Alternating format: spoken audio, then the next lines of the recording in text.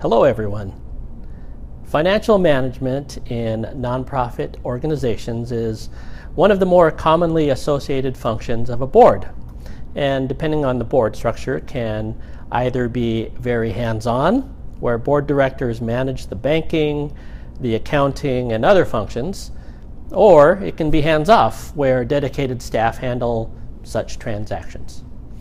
Regardless, in any nonprofit, it is the board or governing body that has some final say regarding these financial aspects. Take a look at any organizing documents, such as the Articles of Incorporation or even the bylaws, and some mention of financial oversight is included. One thing I must mention is that it is important to know the specific financial and governance laws and policies that apply to each particular state, as some states have requirements for things like minimum number of board members, or if the organization needs to have some sort of membership. Whatever the case is, a nonprofit organization should always consult with a professional on these matters. Now, in this module, our key question has been, how can a nonprofit board effectively manage the nonprofit's financial affairs? The answer to this question is, in my view, comes from focusing in on two specific words: effectively manage.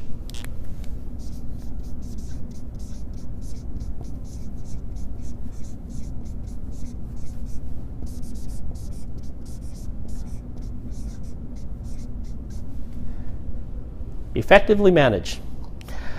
What specifically does being effective in an organization's finances mean? And what is the role of the board to ensure that it happens? For one thing, a board must keep the overall mission of the organization in mind.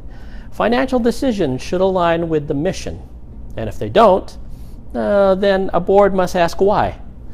Along with being strategic is overseeing how the day-to-day affairs and operations are conducted.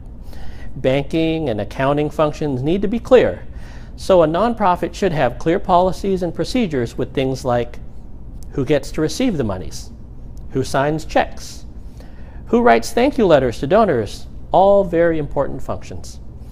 Not only should the board know, or at least be aware of, the day-to-day, but a board should also have a general sense for the bigger. That is, the macro level, being informed through financial reporting. Things like what is being spent and where they draw their revenues from, how much, if any, is in investments or endowments, how do they plan to fundraise.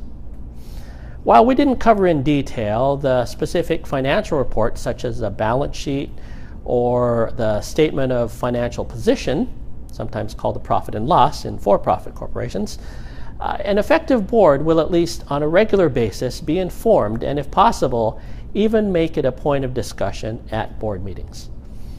While there are some ways to manage effectively, while there are some ways to measure this, such as solvency, the size of endowments, and other financial metrics, it's also defined by how the board makes and executes their financial decisions, especially if they have staff.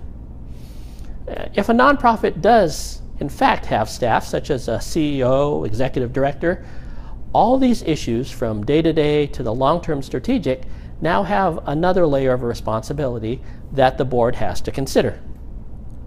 Again, while it is the nonprofit corporation that legally is bound, and hence the board who leads the corporation, the CEO, ED, as the staff member, and possibly other members like the CFO of the nonprofit, have a big influence on decisions. It's because of this, it's imperative that the board and the CEO work hand in hand. Their relationship must be strong if the nonprofit is to be effective, especially with respect to finances. I cannot underscore how important the board-CEO relationship is. And next week, we'll get into more detail on that. So let me take a brief moment to talk to you about our upcoming paper that's due at the end of this week, the legal and managerial aspects of nonprofit boards. The key to this assignment is thinking about the functions of a nonprofit board. Legally, it's pretty easy to define, as that is essentially structural. I suggest you refer to some of the earlier readings on how a nonprofit is structured, what makes it distinct from a for-profit corporation, what legal responsibilities does the board need to consider, and so on. What will be interesting, and the point of this assignment, is to think through the type of board governance that is used and what makes that effective for the particular organization that you choose. I know that in the last announcement I gave you some ideas on the types of nonprofit boards.